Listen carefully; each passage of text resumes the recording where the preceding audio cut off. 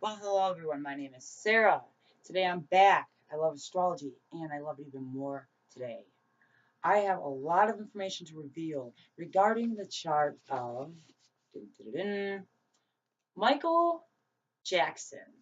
Now, I know this might be an old hat, but not for me because I thought it was extremely interesting. Now, I kind of followed vaguely what was going on around the time of his death, and I really never looked into his biography very much.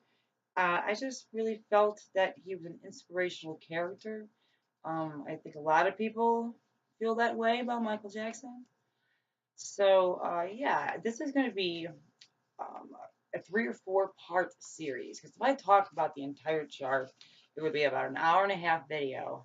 And I don't know who'd want to sit through that. I definitely wouldn't, especially not with all these fancy graphics and stuff.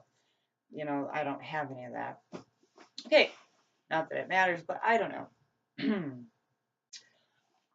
Michael Jackson was born on August 29th, 1958. So in this segment, I just want to say I am going to just be discussing Michael Jackson's natal chart alone. Okay, no, just all right. So he was a Virgo, and he was born on, like I said, August 29th, 1958. Okay, so when I am delineating a chart, the first thing I usually look at is the ascendant. I don't know. I don't look at the sun first. I don't look at it. I just go, boom, what's going on? How is this person coming off? Okay, so let's start with Michael Jackson's ascendant. Michael Jackson's ascendant was Pisces. I don't know how many times I'm going to say Michael Jackson in this video. Okay, so his ascendant was in the sign of Pisces. Okay, his moon was also in Pisces, and it's conjunct the ascendant by 4 degrees. Very, very important there. And it is important to note that around that time, age of 4 and 5, is when, because Pisces is very much associated with the sign of music. It's associated with Neptune, which is the higher octave, this is music. You know what I mean? So this is perfect for Michael Jackson. And as you see, well, here, I just want to show you really quick what an actual astrological chart looks like. Okay, if you notice, you'll see a heck of a lot of activity in this particular part of the chart. And I'll get to that. But the Ascendant, how does Michael Jackson come on? Well, first of all, when we see his music, what do we notice? Well, a lot of it's pretty emotional, raw, I would say, especially when he's talking about relationships and tumultuous issues with women and things of that nature. And surprisingly, the moon is representational of women. And conjunct is ascendant, it's in Pisces. I mean, he started singing at a very young age. And you notice that for a 5-year-old or whatever, however age he was, how old he was when he was singing a lot of songs about like relationships, things that really, weren't really in his realm. He's like 5 or 6 years old. You don't need to be singing about people getting romance and in love. I don't know. Maybe this is the point. Is that yeah? I mean, he was highly influenced by music. However, another thing about Pisces, now, being the last sign of the zodiac, these individuals are what I would call chameleons, and very good ones at that, because they're a water sign and they're the gaseous form of water. Scorpio is ice, and Cancer is just pure water. Pisces is gaseous. What does it mean? Insidious. So Neptune to me is always insidious, somewhat. Not sure that. Okay. So it's his chart ruler, okay? And where is Neptune? Neptune in his chart happens to be in the 8th house. What is the 8th house associated with? It's associated with sex, death, taxes, other people's money and or resources. Not anything you make. Inheritances, uh, any type of resource that comes to another person. You know what I mean? Even it could be emotional support, monetary support, any type of support. And having this person, I'm sorry, Michael Jackson having Neptune in the 8th, oh wow, they could just, Neptune is transing in the 8th right now. And just reading about that transit, I can pretty much picture what was happening here. So, obviously, Neptune rules over drugs and addictions, things of that nature. It's in the 8th house. 8th house is very fixed, associated with Scorpio. Scorpios are known for being self-destructive. It doesn't really help that his sun is conjunct Pluto, which gives him even a more scorpionic effect. Thing is, this person is fixed in nature, and whatever he was doing, he had no intentions of stopping. Um, and I'm not going to get into that right now, but like in the aspect of any type of drug use, the circumstances surrounding Michael Jackson's death were very weird, obviously. Like I said, I've done so much research on it. I'd like to share it, and that's why I have to make this into segments so I don't ramble on. Okay, so Neptune being the chart ruler is good because it makes several sextiles to his, what does it look like there? Juno, Pluto, and the Sun. Okay, so that could be good in, obviously in the realm of music. This individual was completely, Sun conjunct Pluto indicates a person. Now, in one of the Jackson interviews that I heard, someone said, Michael Jackson, he was always in transition. Perfect. The way that he said transition, Sun conjunct Pluto was constantly in transition. You know what I mean? Changing, trying to get better. And I don't want to say perfect themselves, but they're just very good at self improvement. They're always, it's Sun conjunct Pluto people can go on, for a while. But we're talking about the ascendant naturally, and the chart ruler was, like I stated, in the eighth, and it's making some nice. It's not making any what I would refer to as hard aspects, which are squares or oppositions. I mean, semi-square or quincunx or whatever. But anyway, hold on. Wait a minute. It appears no. Okay, yeah. So no, yeah. Sorry. So it seems pretty benign here, doesn't it? However, it hits Chiron, and the aspects from Chiron are just outrageous. It just seems like, yeah. So the ascendant for Michael Jackson, like we said, he did appear to be a mysterious individual, always surrounded by a cloud of mystery. You know, um, and I think that Pisces are very manipulative individuals. They truly are, and they're good at imitating people, they're good at mocking people. Not mocking, but what's the word? Just doing impersonations, things of that nature. And Pisces, I could just go on a lot. I mean, they really fight for the underdog. Pisces are extremely sensitive. They're usually very intuitive people. They even want to say that Pisces moon to an extent could be like intuitive to the point where they almost feel like they're psychic. People can pick up other people's emotions and read them very well, like a sponge. They soak up everything.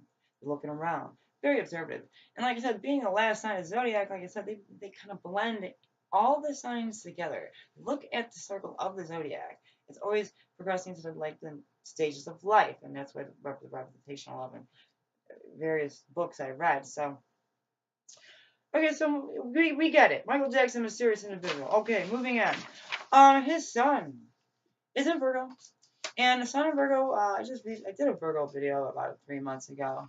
And Virgos are, what can I say, selfless individuals. They like to help people. They're often easily taken advantage of and or pushed over in a way. Sometimes they be subject to stuff like mental abuse. I don't know why. I am just getting that. Um, Virgos, especially if they're totally insecure, Virgo energy will be gullible, I think, but it's also ruled by the sign, ruled with the planet Mercury, so it gives Virgo some intelligence in a realm of practicality and Earth-like stuff. It's adverse to, not adverse, but opposed to Gemini and Mercury, that type of thing. What I'm just getting at is that Virgo energy in general, specifically in the sixth house, it's a double whammy. So he's got his sun in Virgo in the sixth house, ruled by Virgo. This person was obviously known as a perfectionist. And like I said, with the Sun conjunct Pluto, Virgo Sun conjunct Pluto, I happen to know a few people with this placement. And there are some, I don't know if I could keep it real or I could keep it light. I don't know how to put it. Sun conjunct Pluto people are they come up, they become fixated on something. Fixated to the point where it is a daily routine. Michael Jackson, it seems like it might have been work. It seems to be have been work, but also there's something else I'll have to bring into the picture later in my next segment. Um, you know, but so anyway, so it's like Sun conjunct Pluto. Here we have Pluto, which is associated with Scorpio, okay, and then we have the Sun, which is what represented naturally by Leo. So when we have these two conjunct, what I see is a clash, clash. You know, Leo and Scorpio energy, can you imagine that? Any kind of fixed energy clashing, I feel, can be, you know, very hard to deal with. The person has difficulty changing things, maybe adapting to new routines.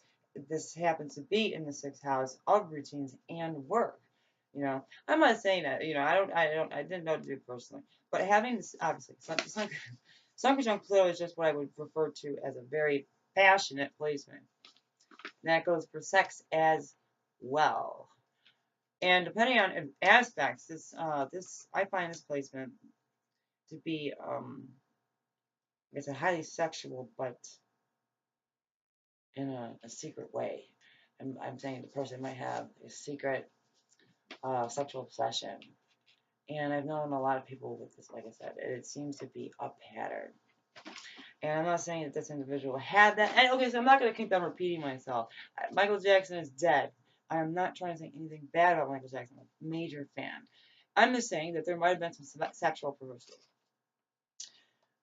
Yeah. So, and I, you know, like I said, I'll get to that and further going on because Pluto and the Sun happen to be involved in a lot of some pitfalls and downfalls of Michael Jackson. So when you look at his chart, what you see here is mostly there's a lot of difficult things going on here. If you can see the red, now check it out. I want to explain. See, the bottom of the chart represents usually a person who is introverted, right? And above are the planets that would be shining brightly. Okay.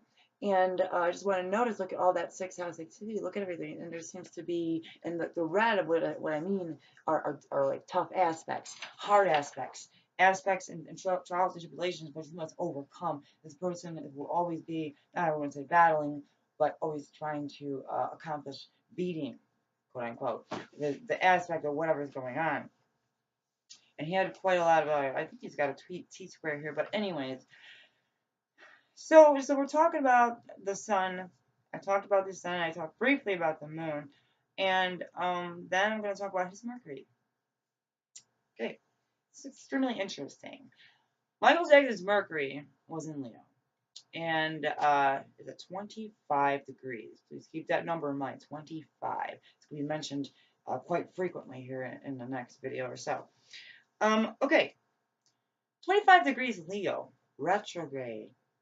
Okay, now look, I did a lot of research on retrograde planets recently. I didn't really know. All I knew was that, you know, obviously that it would be like a backward motion and that everything retrograde obviously would turn inward. So it's not saying that things are going to go backwards or things are going to get confused. No, things are going to be more pushed inward. I even read somewhere that says the person may have a conversation in their own head thinking they said it to somebody else already. They have conversations all if it's pushed inward. Now in Leo, that's a sign of, like I said, the actor, the entertainer.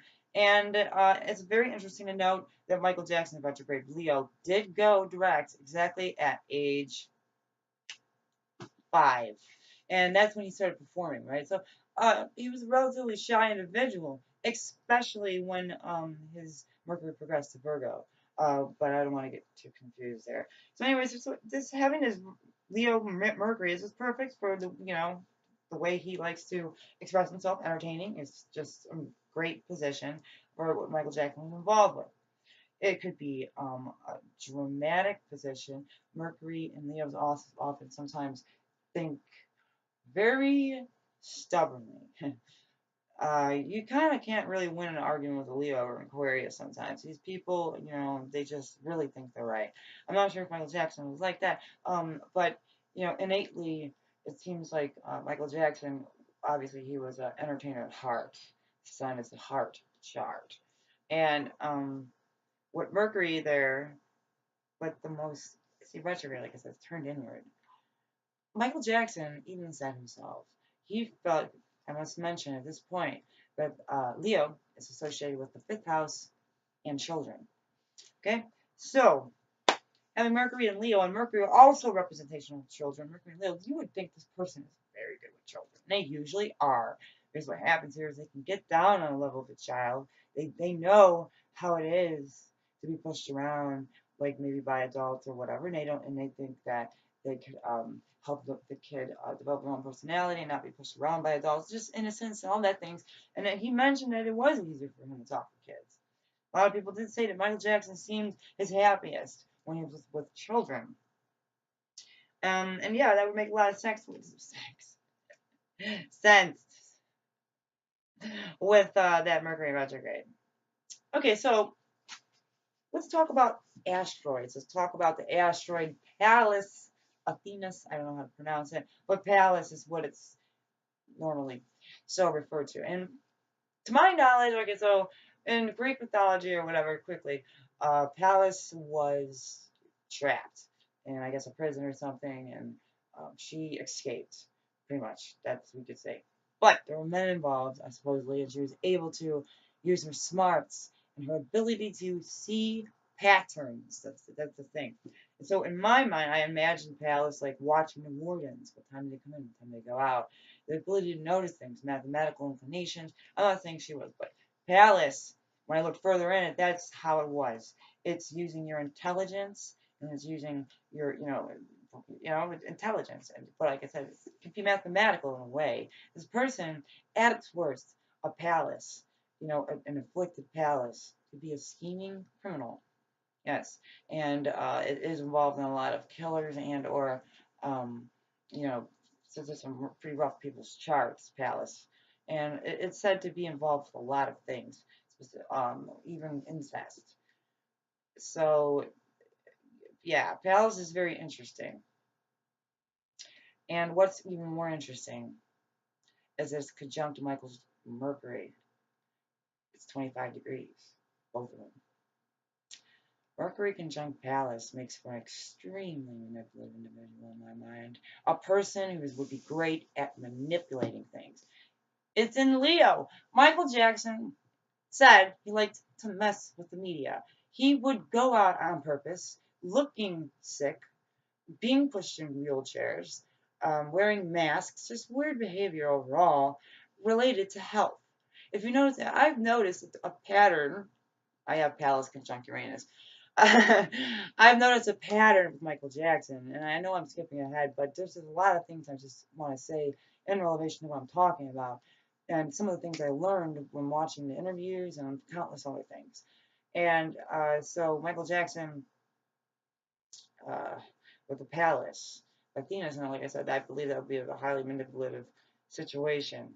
It could be, and in Leo, like I said, manipulating the media for fun, and he got kicks out of it, and he even liked the fact that I guess supposedly that he had this wacko jacko, and that his production manager or whatever or whoever, there's so many people involved in his life.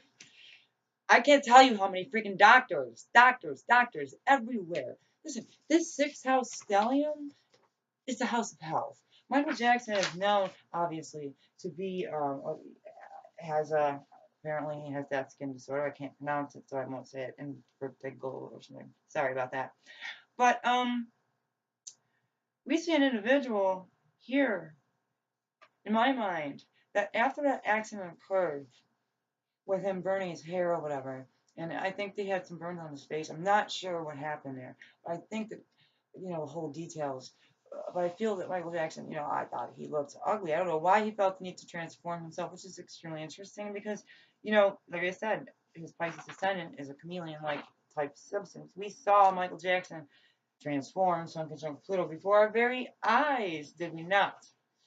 And it was an interesting transition to watch.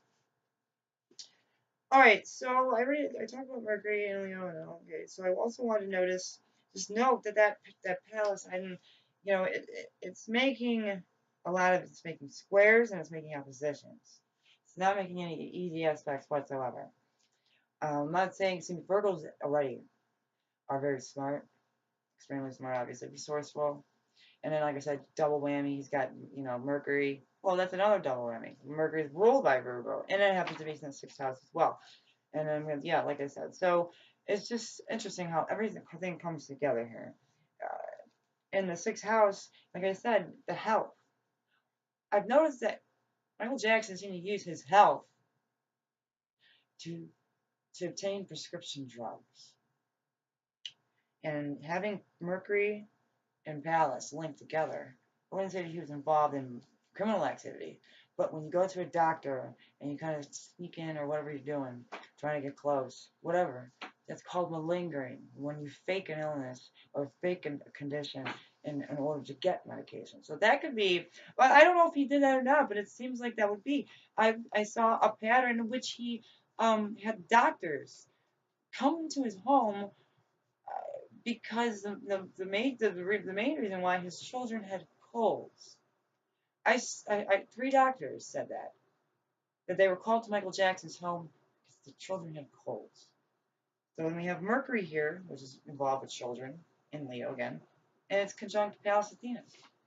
To me, it would look like Michael Jackson is using his children as not bait, but to lure these doctors here, and then he would take the doctors aside eventually. He would build up a rapport, build up a friendship. He wasn't stupid enough to just jump in and say, "Hey, can you get me Diprovan?" You know, Diprovan or whatever, propofol, and that's what supposedly killed him.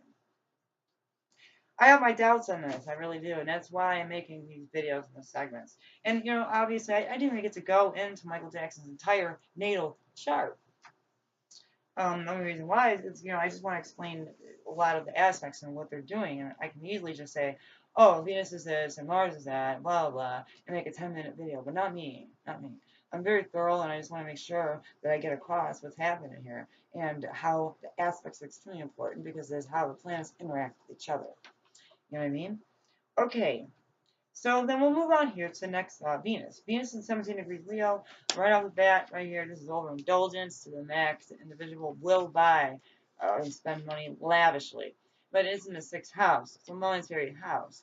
And this would be very interesting to see. As being ruled by Leo, is very extravagant. I think Michael Jackson was known for extravagant purchases and things of that nature. But I must mention the following. Michael Jackson, his sixth house is ruled by Leo. Leo rules over the heart. Okay? And check it out.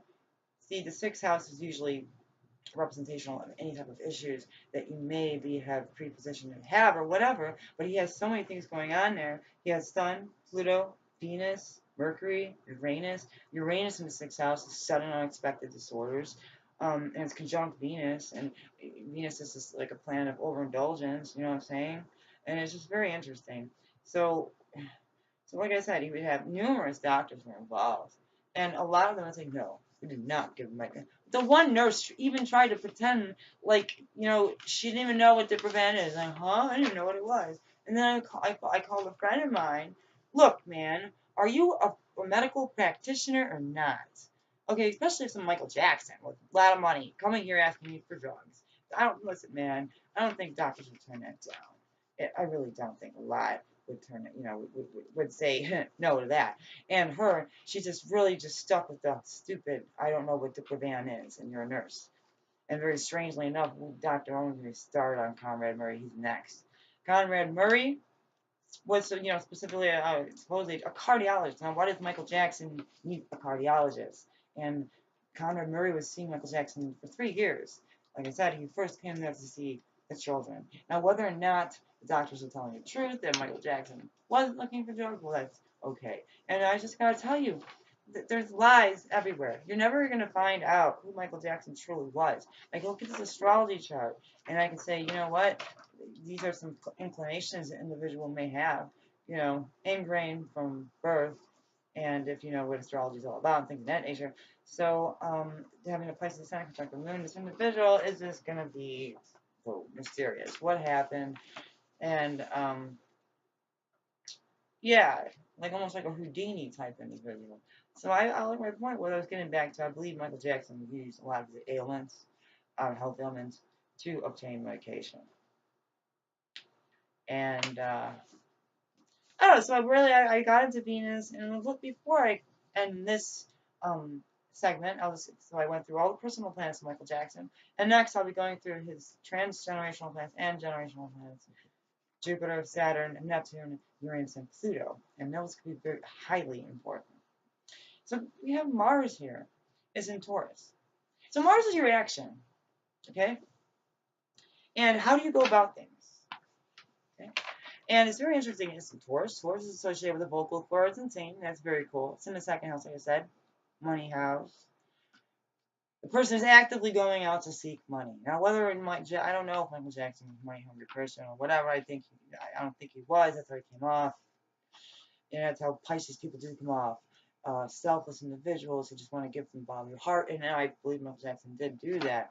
But if you know what I'm saying, the last thing, okay, well, I'm sorry. I just have so much to say, and I really am pumped up about this.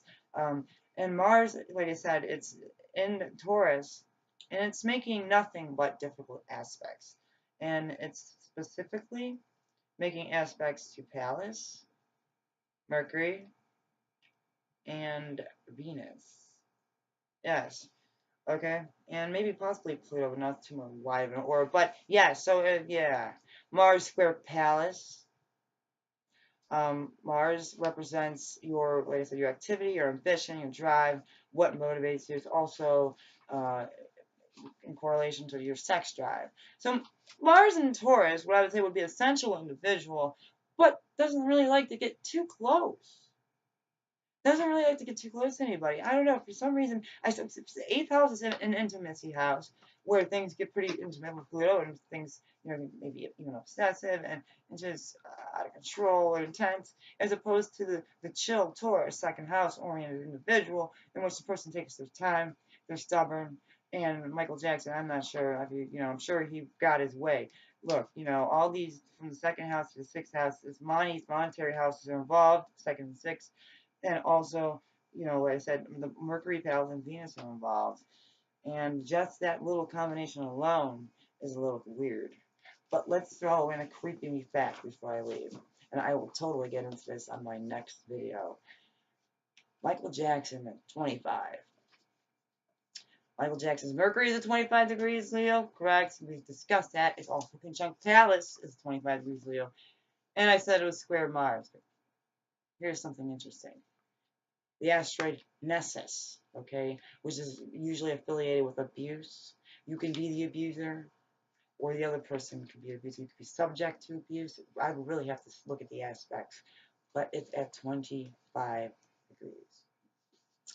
Mercury conjunct Pallas alone is, and then square Mars. Wow, but the conjunct Nessus is at 25. Yeah.